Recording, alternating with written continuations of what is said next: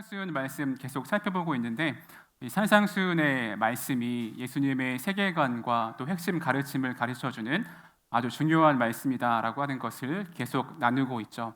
그리고 오늘은 우리가 주기도문에 대해서 앞으로 몇 주간 살펴볼 텐데, 이 산상수훈에서 주기도문은 딱 가운데에 있습니다. 정 가운데. 그 문맥상으로 보나 내용으로 보나 또 주기도문을 중심으로 앞뒤에 있는 말씀들이 매칭되어서 나오고 있는 것을 볼 수가 있어요. 그렇다는 것은 산상수훈에서 주기도문이라고 하는 것은 매우 중요한 중요성을 가지고 있다라고 하는 것을 알 수 있고, 하나님 나라의 백성들의 삶에도 이 기도가 얼마나 중요한 것인가 예수님의 가르침을 통해서 우리가 알 수 있다는 것을 깨닫게 됩니다. 요즘 여러분의 기도 생활은 어떠신가요? 우리가 율법적으로 기도 시간도 정하고 장소도 정하고 이렇게 다짐한 것을 잘 지키는 것도 중요할 것입니다. 그것을 지키는 것도 쉽지 않은 일이긴 하죠. 조금 더 근원적으로 이야기해보자면 요즘 여러분과 하나님과의 관계는 어떠신가요? 하나님과 친밀함을 유지하면서 늘 대화하면서 교제하며 살고 있는지 우리의 삶을 돌아봤으면 좋겠습니다. 우리의 삶의 핵심은, 관계의 핵심은 하나님과의 관계에 있습니다. 우리가 삶이 아무리 힘들고 어렵고 힘든 일이 찾아와도 하나님과의 관계가 괜찮으면 그 어려움을 이겨낼 수 있어요. 그런데 삶이 아무리 괜찮고 문제가 없어도 기도하지 않는다면 우리가 그것을 건강하게 그 핵심 삶의 문제를 해결해 나갈 수가 없습니다. 제가 이제 최근에 아파오면서 이제 삶의 나름 고난을 이렇게 받았잖아요. 근데 제가 그 시간을 잘 보낼 수 있었던 이유를 생각해 보면 그래도 기도하던 삶이 있어서 있지 않을까라고 생각을 하게 됩니다. 앞으로 주기도문 설교를 몇 주 나누려고 하는데, 사실 3년 전에 제가 주기도문 설교를 했었던 적이 있어요. 시리즈 설교를 했었던 적이 있습니다. 이 산상수훈 말씀을 준비하면서 이 주기도문은 뛰어넘고 3년 전 예배 영상을 좀 봐라 할까 생각을 하기도 했는데, 안 보실 거죠? 네, 3년 새에 새로운 분들이 많이 오시기도 하셨고 3년 전 영상을 보지도 않을 것 같고, 그리고 그동안 제가 깨달았던 것을 더하고 조금 압축해서 말씀을 나누면 좋겠다 싶어서 앞으로 몇 주 동안 주기도문 말씀을 나누도록 하겠습니다. 우리가 지난주 말씀을 기억하면 6장의 대전제가 있었어요. 사람들 앞에서 의를 보이려고, 누군가에게 보이려고 신앙생활을 하지 말라. 지난주에는 구제에 대해서 이야기했고, 또 주기도문은 기도의 맥락에서 있습니다.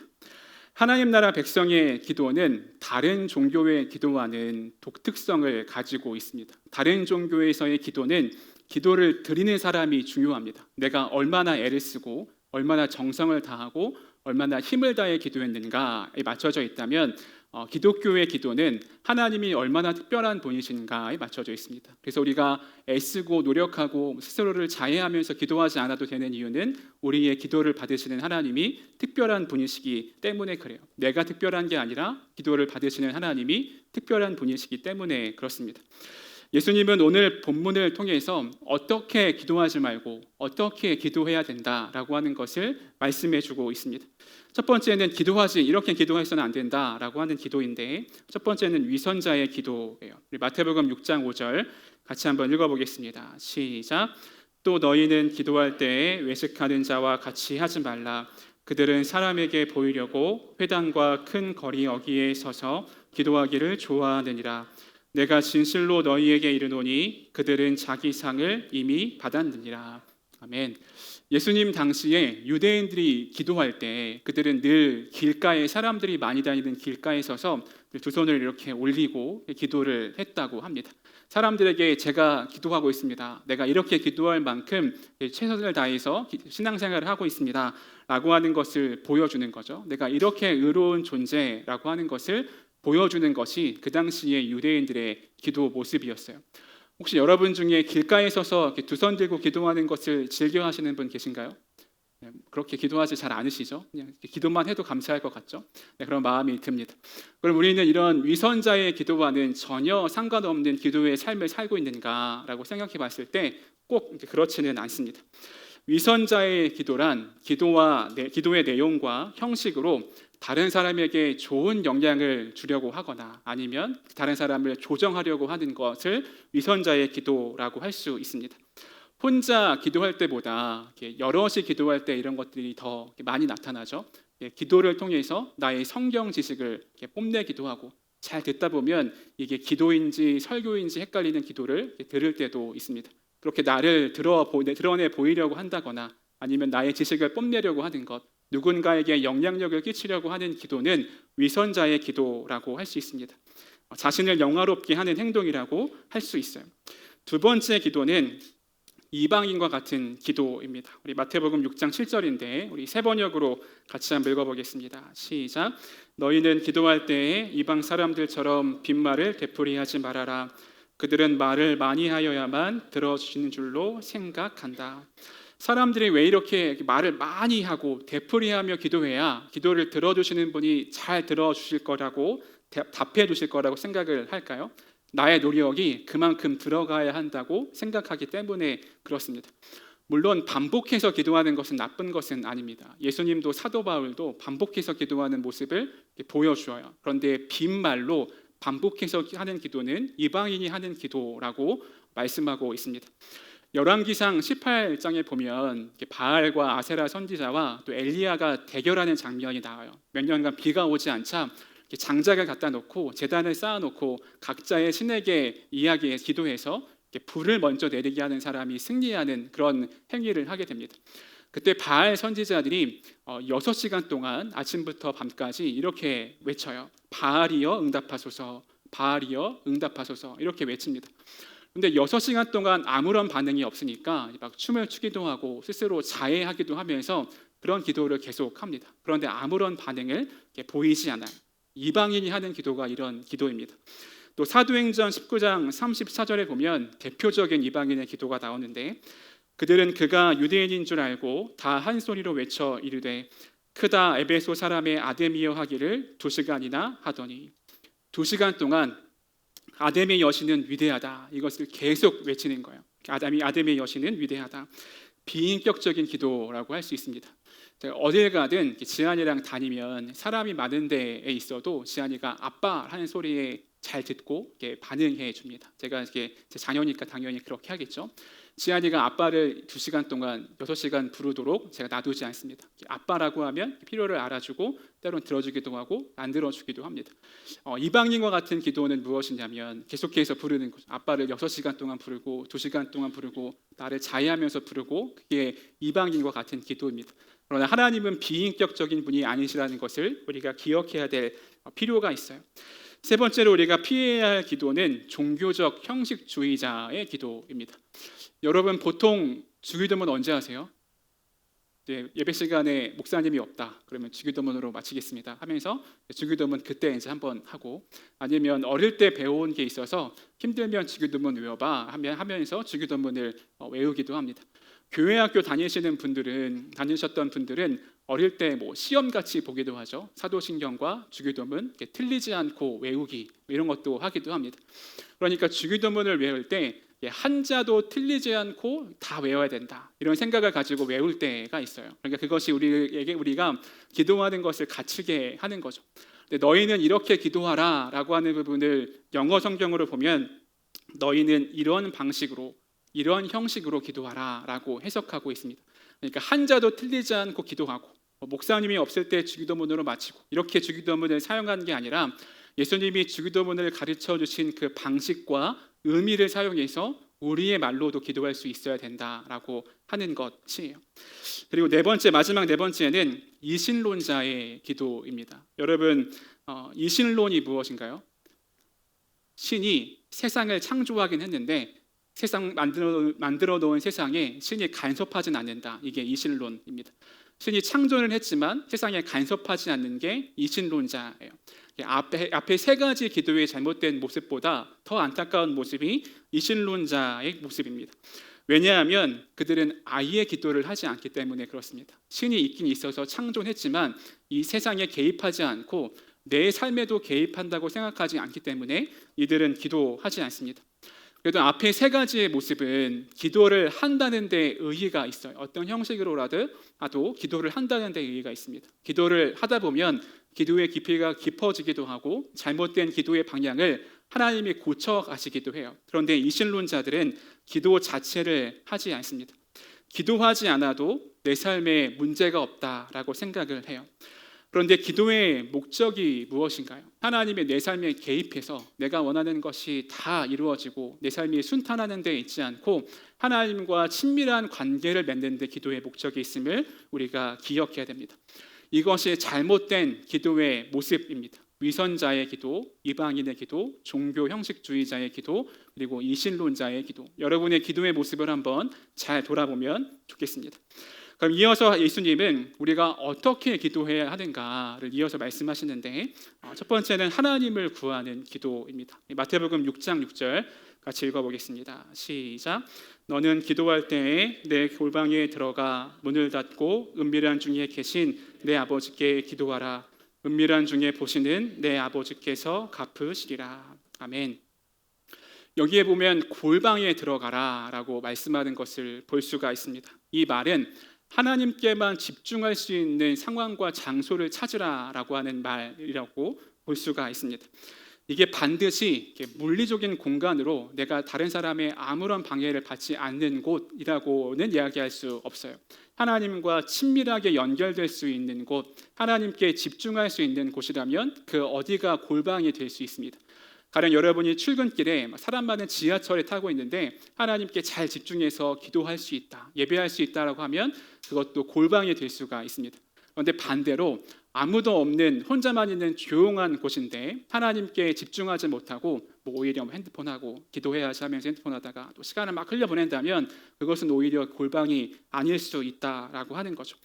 골방으로 들어간다라고 하는 것은 우리가 처해 있는 여러 가지 상황을 다 끊고 하나님께만 집중하는 것을 의미합니다.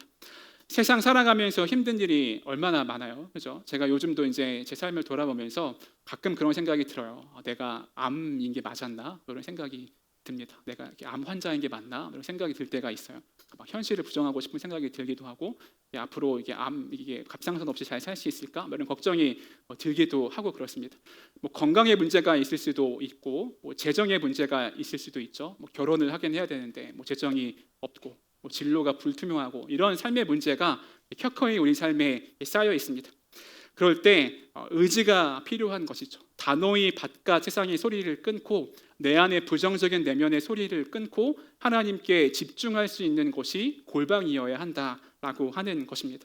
하나님을 찾는 것이 우선이어야 한다고 하는 거예요. 우리가 여기서 한 가지 더 살펴봐야 할 것이 있다면 산상수훈에서 예수님은 계속해서 너희는 이라고 말씀하십니다. 듣는 사람들을 지칭할 때 너희는 이라고 계속 말씀하세요. 그런데 이 부분에 와서는 너는 이라고 1인칭 단수를 사용하는 것을 볼 수가 있습니다. 그러니까 기도할 때는 홀로 하나님 앞에 서는 것이 중요하다. 골방에서 하나님께 집중하는 것이 중요하다라고 하는 말입니다. 이 말이 공동체와 함께 기도하지 말라라고 하는 게 아니에요. 함께 모여서 기도하는 것을 하지 말라라고 하는 게 아니라 이렇게 함께 모여 기도할 때에도 하나님 앞에 집중하고 홀로 서 있을 수 있어야 한다라고 하는 것을 의미한다고 하는 것입니다. 분위기에 막 휩싸여서 기도할 때가 있기도 하지만 그때보다 중요한 것은 하나님께 홀로 집중해야 되는 시간이 필요하다고 하는 거예요. 이런 말이 있습니다. 하나님께 자녀는 있지만 손자는 없다. 한번 얘기했던 것 같은데 자녀는 있지만 손자는 없다. 부모의 신앙이 자녀의 신앙이 되지 않고 또 누군가의 신앙이 나의 신앙이 되지 않는다고 하는 말이죠. 하나님 앞에 홀로 서서 기도하는 삶을 살아갈 수 있어야 된다라고 하는 것입니다. 이렇게 하기 위해서 여러분 시편 말씀을 이렇게 많이 묵상해 보시기 바랍니다. 시편에 보면 어려운 상황에 처해 있던 시편 기자가 어떻게 의지적으로 하나님 앞에 나와서 기도하고 있는지, 삶의 상황이 바뀌어도 어떤 마음을 품는지를 잘 보여주는 말씀들이 많이 있습니다. 우리가 두 번째로 살펴볼 기도는 인격적인 기도를 하나님께 올려드릴 수 있어야 된다라고 하는 것입니다. 저와 기도회를 이렇게 많이 함께 해보신 분들은 제가 기도회 제일 마지막 시간에 어떤 기도를 하는지 알고 계시죠? 듣는 기도를 하자라고 이야기합니다. 우리가 많이 하나님께 우리의 소원을 아뢰고 하나님이 우리에게 무엇을 말씀하시는지 듣는 기도를 해보자라고 하면서 듣는 기도를 합니다. 우리가 많은 경우에 내가 원하는 것만을 막 쏟아낼 때가 있습니다. 이것도 필요하고 이렇게 되어야 하고 심지어 하나님을 독촉하면서 기도하는 경우도 많이 있어요. 그런데 하나님은 우리가 구하시기도 전에 나에게 필요한 것이 무엇인지 이미 다 알고 있습니다. 하나님은 내가 이것이 필요합니다, 저것이 필요합니다 하기 전에 이미 다 알고 있는 것이에요. 어려운 미사 여구가 없어도 또 특별히 하나님을 감동시키지 않아도 된다라고 하는 것이죠.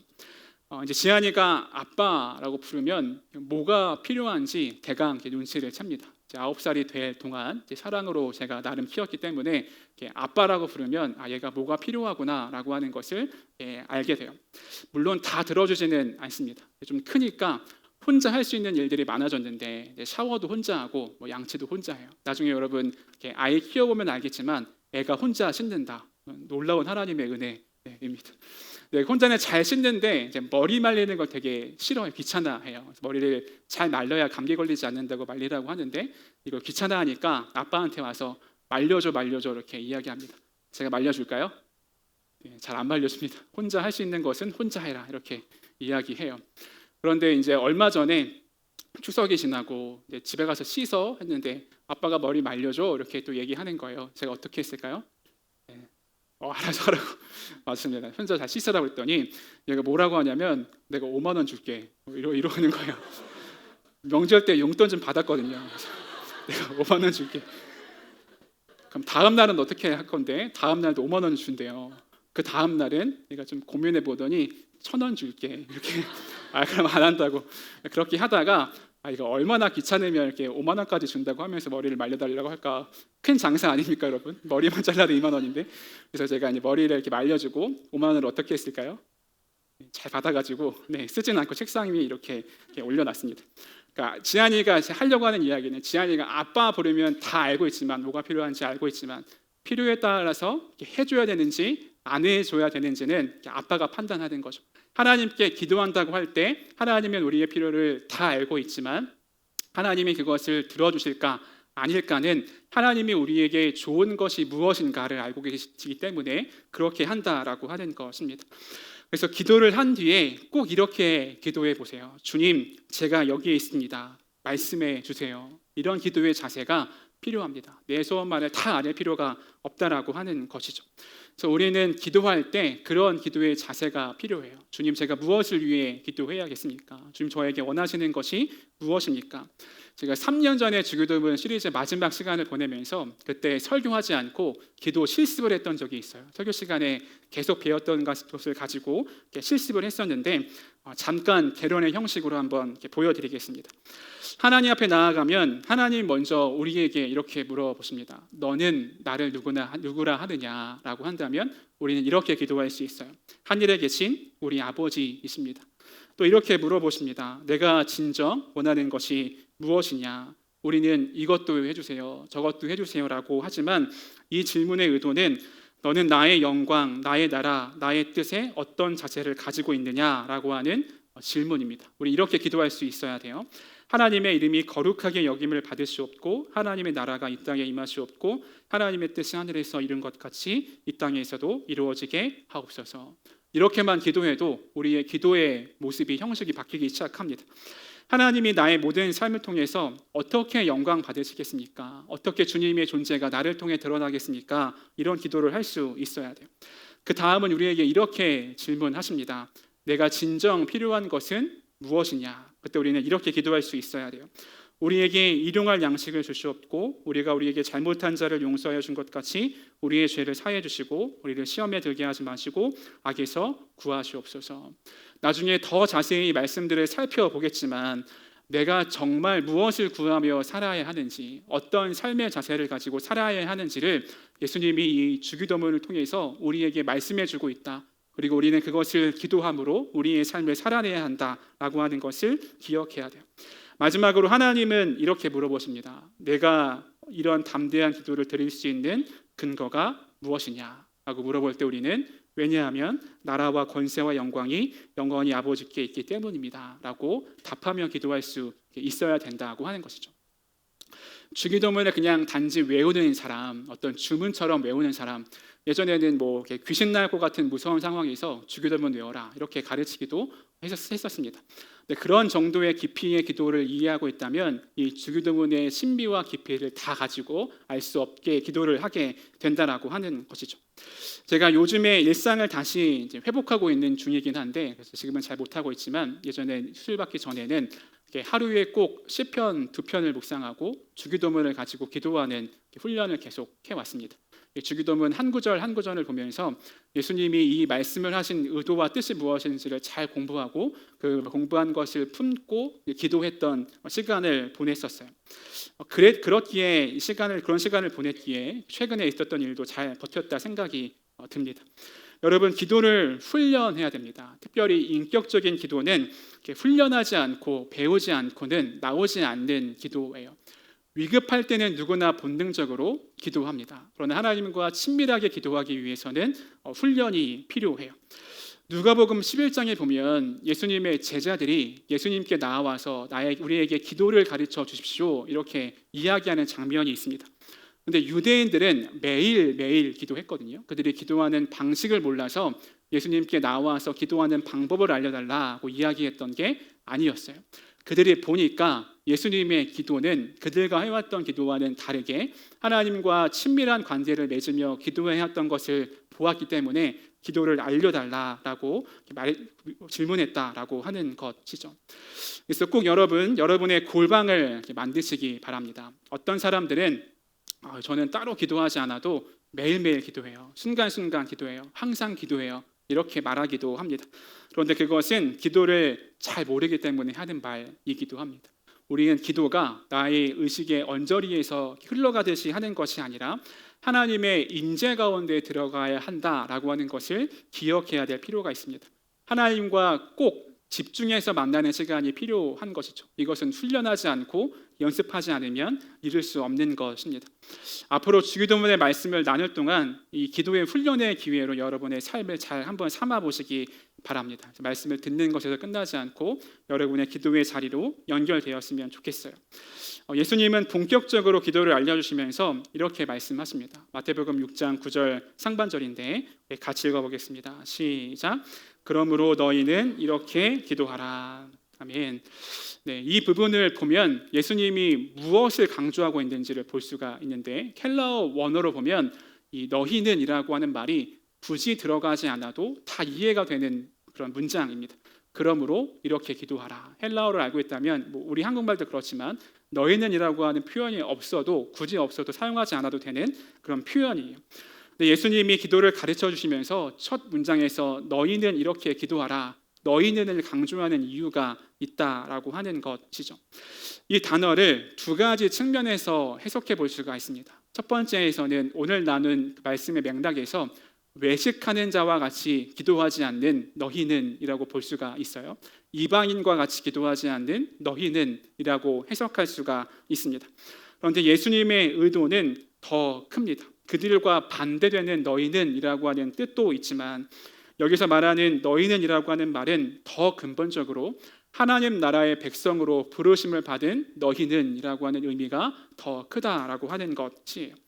이스라엘은 아주 소수 민족이었죠. 그들이 부르심을 받을 때는 70명밖에 되지 않는 아주 작은 나라였습니다. 근데 하나님이 그들에게 복을 주시고 거룩하라라고 말씀하셨어요. 그런데 안타깝게도 그들은 하나님의 의도와는 정반대되는 길을 가게 됩니다. 하나님께 불순종하고 사람을 죽이기도 하고 자신의 만족을 위해서 살아가던 것이 이스라엘 백성들이 되었습니다.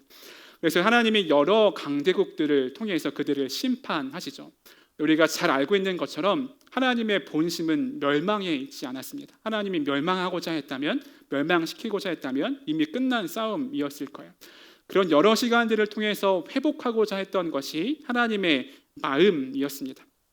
아마 심판에 가까웠다면 예수님 앞에 나와서 말씀 듣는 사람들이 없었을 거예요. 그런데 하나님의 회복, 사랑을 가장 잘 보여주는 것이 예수님이시죠. 그리고 그가 오셔서 하나님 나라를 선포하셨고 산상수훈을 통해 말씀하고 있습니다. 너희는 이라는 백성이 어떤 백성이냐면 하나님께서 택하셔서 거룩해야 하지만 잠시 죄로 인해 무너지기도 했지만 예수 그리스도로 인해서 다시 회복된 너희는, 하나님 백성으로서의 너희는이라고 하는 의미가 담겨져 있습니다. 예수님으로 인해서 하나님과의 관계가 회복되고 나 자신을 사랑할 줄 알고 이웃을 사랑할 줄 아는 너희는이라고 하는 것이죠. 자기의 영광만을 위해 기도하고 자기 만족만을 위해 살아가는 사람들과 다른 기도를 할 수 있는 너희는이라고 하는 말입니다. 우리가 특별해서 하나님 나라의 백성이 되지 않고 하나님이 우리를 그렇게 불러주셨기 때문에 우리는 하나님 나라의 백성으로 살아갈 수 있다라고 하는 것이죠. 그렇기에 예수님이 가르쳐 주신 이 기도, 주기도문은 이렇게 부르심을 받은 하나님의 백성만 드릴 수 있는 특별한 기도라고 할 수 있습니다. 이 기도를 깊이 이해하면 이해할수록 예수님이 우리에게 말씀하신 너희는이라고 하는 우리의 정체성이 더 분명해져요. 그래서 주기도문이 산상수훈의 정 가운데 있습니다. 기도하지 않고는 하나님 나라 백성으로 살아갈 수 없는 거예요. 기도하지 않고는 세상의 유혹으로부터 벗어날 수 없는 거예요. 기도하지 않고는 세상의 물질주의와 폭력으로부터 벗어날 수가 없는 것이죠. 그렇기에 기도해야 하나님 나라의 백성으로 살아갈 수 있다라고 하는 것입니다. 그래서 기도는 우리의 소원을 이루는 신비가 아닙니다. 램프의 진리가 아니죠. 명절이 기니까 책도 좀 읽고 넷플릭스도 봤습니다. 넷플릭스에 보니까 새로 나온 드라마가 있더라고요. 그 다 이루어질지니 보셨나요? 이렇게 경건하게 다 말씀해 보시고 저만 봤나요? 네, 그 김우빈과 수지가 나와서 이렇게 나오는 이야기인데 김우빈이 램프의 요정 진이이고 소원을 들어주면서 진행되는 이야기입니다. 물론 이제 되게 유치한 로맨스 판타지였지만 그냥 킬링 타임으로 볼만 하더라고요. 제가 이 드라마를 보면서 기도에 대해서 묵상해 봤습니다. 이제 램프의 요정 진이가 세 가지 소원을 들어주잖아요. 세 가지 소원을 이렇게 들어주는데 소원을 비는 사람들은 다 자기의 욕망을 위해 빕니다. 돈이 많아지거나 건강해지거나 내가 사랑하는 사람 누군가가 더 행복해지고 젊어지거나 이런 것들을 위해 빌어요. 그런데 그 대가를 늘 치르게 됩니다. 물론 그 드라마의 세계관이기 때문에 다 우리가 동감할 수는 없지만 여하튼 그렇습니다.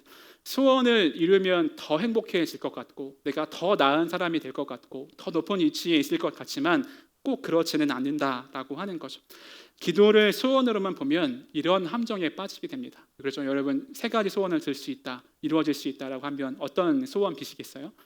돈 많아지고 이런 게 먼저죠. 건강해지고 아무튼 그런 소원을 들 텐데 우리가 드리는 그 기도는 그런 기도가 아니다라고 하는 것이죠. 우리의 기도는 달라야 합니다. 기도는 하나님과의 친밀함이 우선입니다. 그리고 기도를 통해 세상 속에서 하나님 나라를 살아가는 백성들의 삶이 어떠해야 하는지를 깨닫고 그렇게 살아갈 수 있어야 돼요. 기도의 목적과 방법이 달라지는 여러분이 되기를 축복합니다. 그래서 이 주기도문을 나누는 동안 앞으로 더 그렇게 기도했으면 좋겠지만 이 기간만이라도 주기도문을 가지고 기도하는 훈련을 함께 해봤으면 좋겠어요. 특별히 목장에서 이 기도를 어떻게 더 잘 할 수 있을까 서로 격려할 수 있는 방법들을 잘 찾아서 그렇게 진행해 보면 좋겠습니다. 우리가 주기도문을 이렇게 외우듯이 하지 않고 정말 그 의미를 하나하나 잘 생각하면서 기도하면 우리는 정말 깊은 기도의 신비로 들어갈 수 있게 됩니다. 내가 내 소원 하나 이루는 것보다 더 큰 만족과 기쁨을 누릴 수 있게 될 것이에요. 말씀을 마무리하겠습니다. 우리가 기도할 때 얻게 되는 열매가 있습니다. 오늘 많이 읽은 말씀인데 마태복음 6장 6절 우리 다시 한번 같이 읽어보겠습니다. 시작. 너는 기도할 때에 내 골방에 들어가 문을 닫고 은밀한 중에 계신 내 아버지께 기도하라. 은밀한 중에 보시는 내 아버지께서 갚으시리라. 아멘. 하나님이 은밀하시다라고 말씀하시죠. 우리가 기도할 때 하나님을 그렇게 느낍니다. 여러분 기도할 때마다 하나님의 음성 들으시는 분, 기도할 때마다 영보야 이렇게 하시는 분 많이 없으시죠? 우리가 기도해도 하나님을 잘 이렇게 응답하지 않는 것처럼 느껴질 때가 많이 있습니다. 그런데 하나님은 들으시고 갚으신다. 은밀한 중에 들으시고 갚으신다. 우리가 기도할 수 있는 이유가 됩니다. 우리가 하나님을 감동시키기 위해서 막 애쓰고 노력하면서 기도하지 않아도 되는 이유가 있습니다. 물론 이게 설렁설렁 기도하라고 하는 말은 아닙니다. 우리가 막 시간을 더 내서 기도하기도 해야겠지만 누군가를 감동시키기 위해서 그렇게 기도하지 않아도 돼요. 하나님이 우리의 아버지시기 때문에 가능한 일입니다.